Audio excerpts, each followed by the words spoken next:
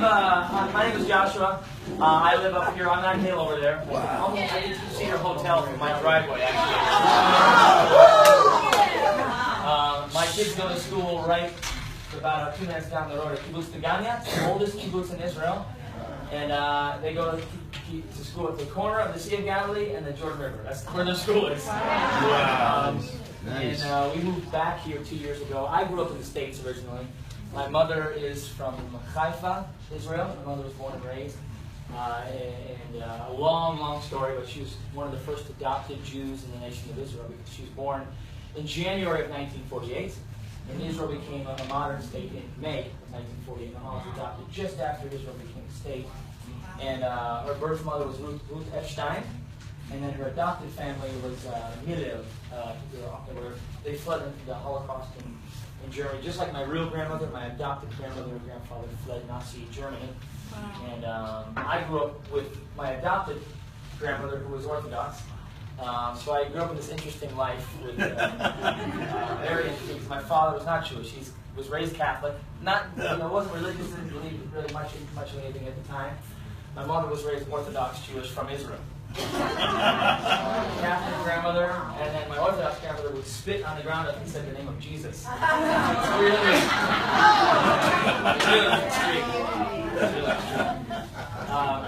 And really that just came along with the historical stuff she learned about, my adopted grandmother, her whole family was killed in the Holocaust, except her and her husband. so she kind of had this harbored these feelings towards a specific religion, you know. And I had the honor of, you know, living with her until she was 97 years old, or as her grandson, and sharing Messiah with her on the day she passed away. And I believe she accepted our Messiah on that day. But I grew up afraid that Messiah would come back as a little kid, and then when I accepted him, I was excited. That's all I can sing about. And I'm 39 years old, that's all I can still sing about. I write songs with a record company in the States called Integrity Music. And sometimes they're like, what are we going to do with that ukulele song? You know, it's just really, I'm just in a season where I want to play different things instead of just the guitar. But I wrote this specific song. It's called Every Tribe with an Indian chief, a Native American Indian chief, friend of mine. And he's a strong believer in the Lord. And I was watching the news about what was happening over this hill over here in Syria, where they're murdering my cousins / brothers and sisters, Arab Christians. And I was just becoming so angry, and I started reading the scriptures in the end of the book, and it said that the souls of the saints cry out from the ground of vengeance. Yeah. And I remember I had my tambourine, and I just started singing this, just this little chant. You know, in Judaism we have a thing called a nigunim. It's kind of like tongues in Judaism. Like the la la la, doi doi doi. It's like tongues because it's like an expression. You get to a point in the song where you're trying to say something to God. You didn't know what to say. You just say la la la or something, you know. And but this was more like just more of a warrior chant, you know. And I need you guys to sing this with me, okay? So here's the chorus. Whoa, oh, oh, oh, oh, oh, oh, oh.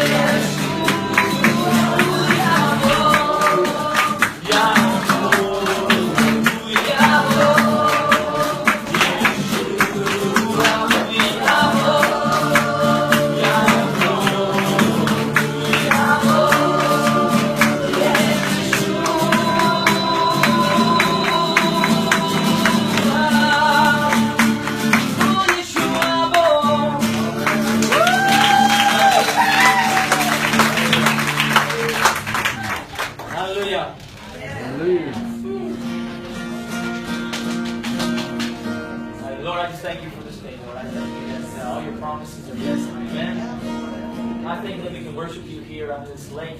And even after you were resurrected, you had to come back one more time and cook some fish. Boys. Lord, I thank you for bringing us here for such a time as this. Lord, may the nations, as you call this place, the Galilee of the nations, let the nations come here, Lord. To recognize your greatness. There's no other God than you. And you, Messiah, have already come. You're not coming for the first time, you're coming again.